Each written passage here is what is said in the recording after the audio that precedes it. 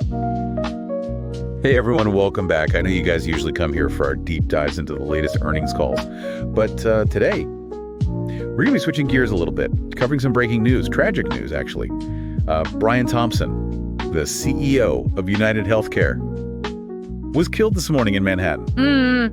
Yeah, it's a story that has really shocked the entire business world. A targeted attack like this on someone as prominent as Thompson is incredibly rare. Absolutely. Yeah. So let's unpack what we know so far. We've seen the initial reports.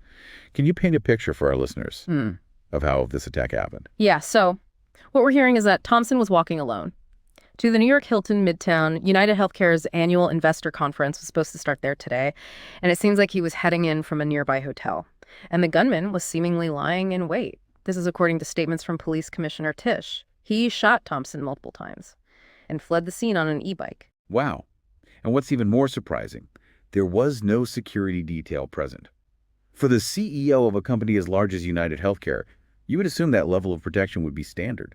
Yeah, it really raises a lot of questions about executive security, especially in light of what we now know. Thompson's wife, Paulette, revealed to NBC News that he had been receiving threats. Right. But the specifics of those threats are still unclear at this point, which makes the situation even more unsettling. It does, and police haven't established a motive yet either, so that adds another layer to this already complex puzzle. And the fact that Commissioner Tisch has stated publicly that this does not appear to be a random act of violence really piques the interest. Yeah, definitely raises more questions than answers. So we've got a high-profile CEO, targeted in broad daylight, in one of the busiest parts of Manhattan, and a suspect who's still at large. What details do we have about this person that police are looking for? Well, so far, surveillance footage shows the suspect was wearing a hoodie, carrying a gray backpack, and they were also seen escaping on an e-bike, which makes them harder to track. That detail, the e-bike escape, suggests a level of planning and familiarity with the area. Using the park paths to disappear quickly isn't something just anyone could pull off. It sounds incredibly calculated, almost like something out of a spy movie. Planning an escape route like that takes some serious knowledge of the city. Absolutely. It makes you wonder what level of planning went into the attack itself. It's no coincidence that this happened on the day of UnitedHealthcare's investor conference, a day when Thompson would have been a prime target with a known schedule and location. For sure. The irony is tragic. That conference was supposed to be their chance to lay out their future to Wall Street analysts, and instead, it's ended early, and the company is reeling. Right. And for those of you who might not be familiar with UnitedHealthcare, it's the insurance arm of UnitedHealth Group, the largest health insurer in the United States. They're really a behemoth in the healthcare industry, offering everything from Medicare Advantage plans to individual insurance. They also handle insurance for employers and manage state and federal Medicaid programs. So Brian Thompson wasn't just the CEO. He was at the helm of a company that impacts millions of Americans. Millions. And to kind of emphasize the scope of Thompson's role, his division brought in a staggering $74 billion in revenue last quarter. Exactly. It's important to understand how significant a figure he was, which is interesting because despite his position, Thompson himself kept a relatively low profile. He wasn't a CEO who sought out the spotlight. He joined UnitedHealth Group back in 2004 and steadily rose through the ranks. To become CEO in 2021 seems like they really prioritized developing their leadership from within. Makes you wonder what that says about their corporate culture, right? This wasn't about bringing in someone big from outside. They cultivated talent from the ground up. That's a great point. It really speaks to their approach to leadership development. And it might give us some clues as to who might step in to fill Thompson's shoes. But before we get into that, I think it's important to acknowledge the personal side of this tragedy. This wasn't just the loss of a CEO. This was the loss of a husband, a father, a colleague, a friend. Absolutely. The statements from his family, friends, and colleagues have been heartbreaking. And of course, Governor Tim Walz of Minnesota, where the company is headquartered, has expressed his condolences. It's clear Thompson was very highly regarded, both personally and professionally. It's important we remember that. Beyond the financial figures and corporate titles, there are real people who are profoundly affected by this tragedy. You're right. It's easy to get lost in the business implications of this, but ultimately this is about the loss of a life, a truly horrific event. It is, and a loss that leaves a lot of unanswered questions. A lot of unanswered questions. Yeah, and this event raises some complex questions about security, corporate leadership, and even the future of the healthcare industry. Let's start with the most immediate concern here. UnitedHealthcare is a massive part of the U.S. healthcare system. What does the loss of their CEO mean for their stability right now? Well, it's undeniably a significant blow. They've lost their leader at a time when they were supposed to be laying out their strategy for the future. And, it's not just about filling Thompson's shoes, it's about navigating the potential fallout from this attack. There will be investigations, increased scrutiny, a lot of uncertainty about what happens next. Right. What about the impact on UnitedHealth Group's stock? I know our listeners are going to be curious about that. It's still early, but we've already seen some volatility. The stock initially jumped up over 1%, reaching $611.08. But it's come down from those early highs of 622.83. It's a natural reaction to news like this. Investors are trying to assess the potential impact on the company's operations and future earnings. Makes sense. And beyond the stock price, this has to have some kind of ripple effect throughout the healthcare industry. Oh, absolutely. This attack raises some serious questions about the security of high-profile executives. I think we can expect to see heightened security measures across the board, not just for CEOs in healthcare, but other industries as well. This event has really shattered the illusion of safety. It's a stark reminder that even in the most public and seemingly secure settings, these kinds of attacks can occur. Yeah, it's a chilling thought. And it makes you wonder, what does this mean for the way companies operate? Could this lead to a more risk-averse culture among executives? It's a possibility. If you're a CEO right now, this event has to make you think twice about your own security. Will you be as willing to walk alone to a meeting? Will you be as visible in public? It's hard to say what the long-term impact will be, but this could definitely have a chilling effect on executive behavior. And potentially on innovation. Yeah. And risk-taking. If CEOs are constantly looking over their shoulder, will they be as willing to push boundaries and make those bold decisions? It is a disturbing thought, but let's not get ahead of ourselves. It's still very early. Right now, the focus needs to be on finding the person who's responsible for this attack and bringing them to justice. Agreed. But as we delve deeper into the story, there are some intriguing aspects of Brian Thompson's background. I think they're worth exploring. You mentioned he worked his way up at UnitedHealth Group, started there in 2004, right? That's right. And his early career is particularly interesting. Before entering the world of health insurance, he was actually a CPA at PricewaterhouseCoopers. Wow, a CPA. That's a pretty significant shift. I'm curious, do you think that background in accounting influenced his leadership style at all? Or the company's culture? That's a fascinating question. I think it's safe to say that a background in accounting instills a certain level of discipline, attention to detail, a focus on financial performance. These are all qualities that could have served him well in this complex world of healthcare finance. For sure. It makes me think about the potential implications for UnitedHealthcare's strategy going forward. Will the company continue on that same path? Or could this event lead to a shift in direction? It's too early to say for certain, but it's definitely something worth watching. This tragedy could force the company to reevaluate its priorities, its risk tolerance, its overall approach to the market. Absolutely. This isn't just about replacing a CEO. It's about potentially redefining the company's future. Exactly. And it raises a broader question about the healthcare industry as a whole.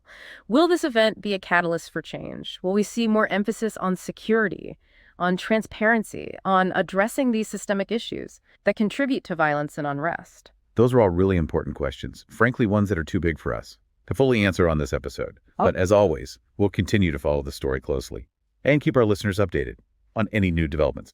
But for now, I think it's time for our This Is Not Financial Advice segment, where we brainstorm some potentially outrageous, but plausible, trade ideas based on this breaking news. You ready to get speculative? Always. Okay. So given the unprecedented nature of this event and the massive uncertainty that it injects into the healthcare sector, I think a play on volatility is in order. Specifically, we're going to be looking at a strategy called a pairs trade. Pairs trade. That's a new one for some of our listeners. So, in a pairs trade, we're essentially betting on the relative performance of two stocks that we believe are closely correlated. We think that these two stocks should move in a similar direction.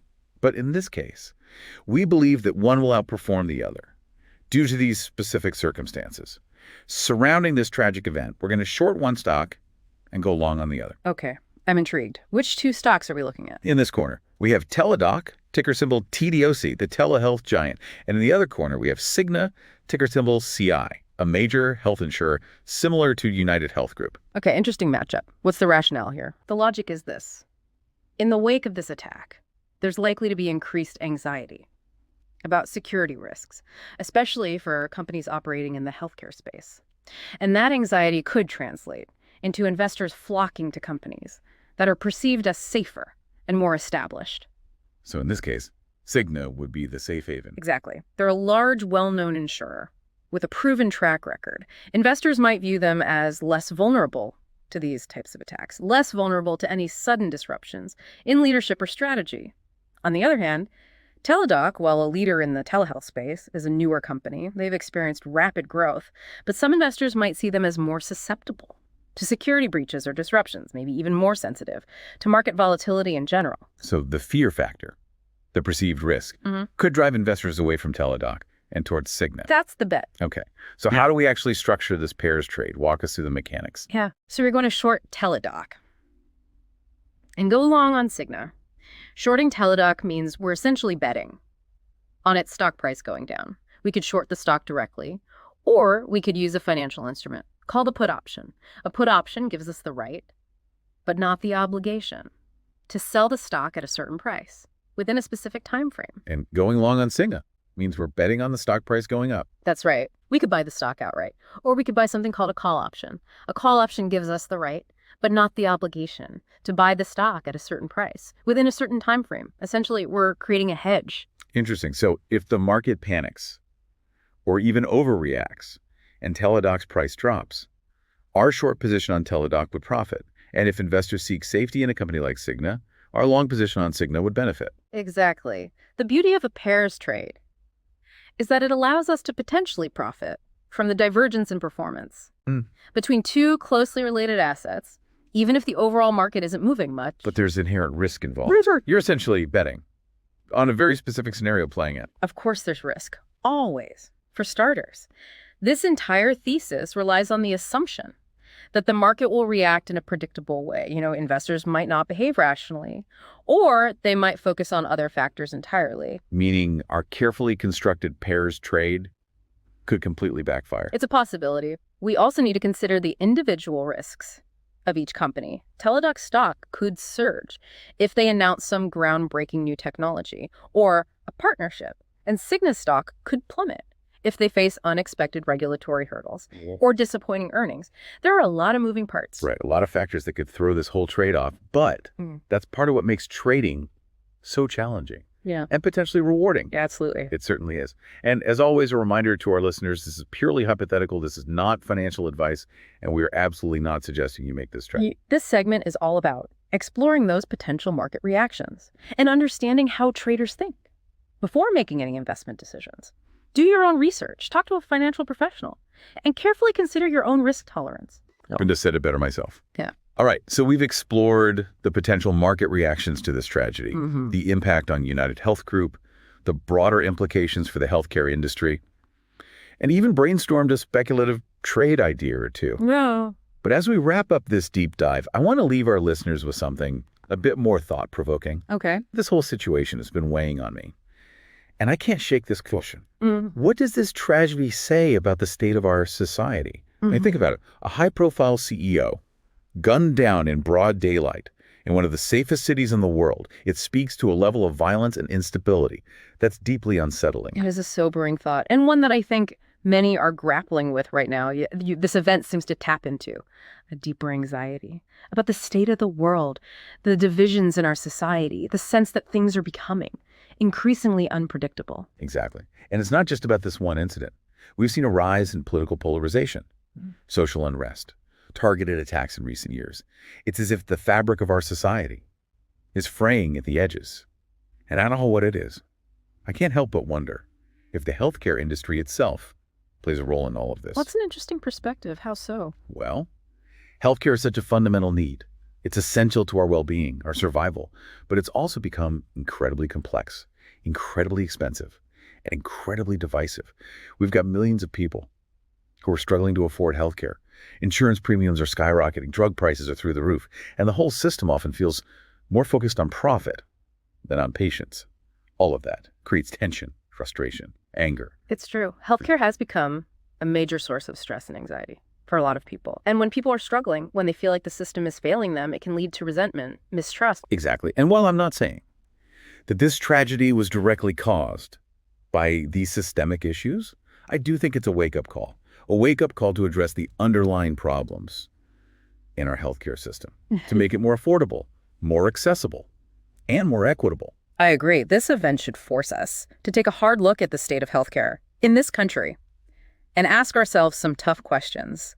Are we doing enough to ensure that everyone has access to quality, affordable care? Are we addressing the root causes of health disparities? Are we creating a system that prioritizes people over profit? Those are the conversations that we need to be having, because if we don't, we risk further division, further unrest, and potentially further violence. It's a sobering thought, but an important one. It is, but it's also a call to action. We can't just sit back and accept this is the new normal. We need to demand better from our leaders, from our institutions, and from ourselves. We need to work together to create a society that's more just, more compassionate, and more humane. Well said.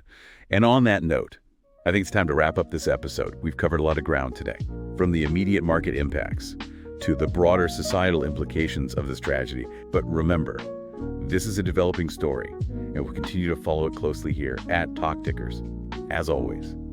Thanks for listening, and be sure to check out our website and social media channels for more in-depth analysis and commentary. And please, share your thoughts with us as well. We want to hear from you. Absolutely. Until next time, stay informed, stay engaged, and stay safe.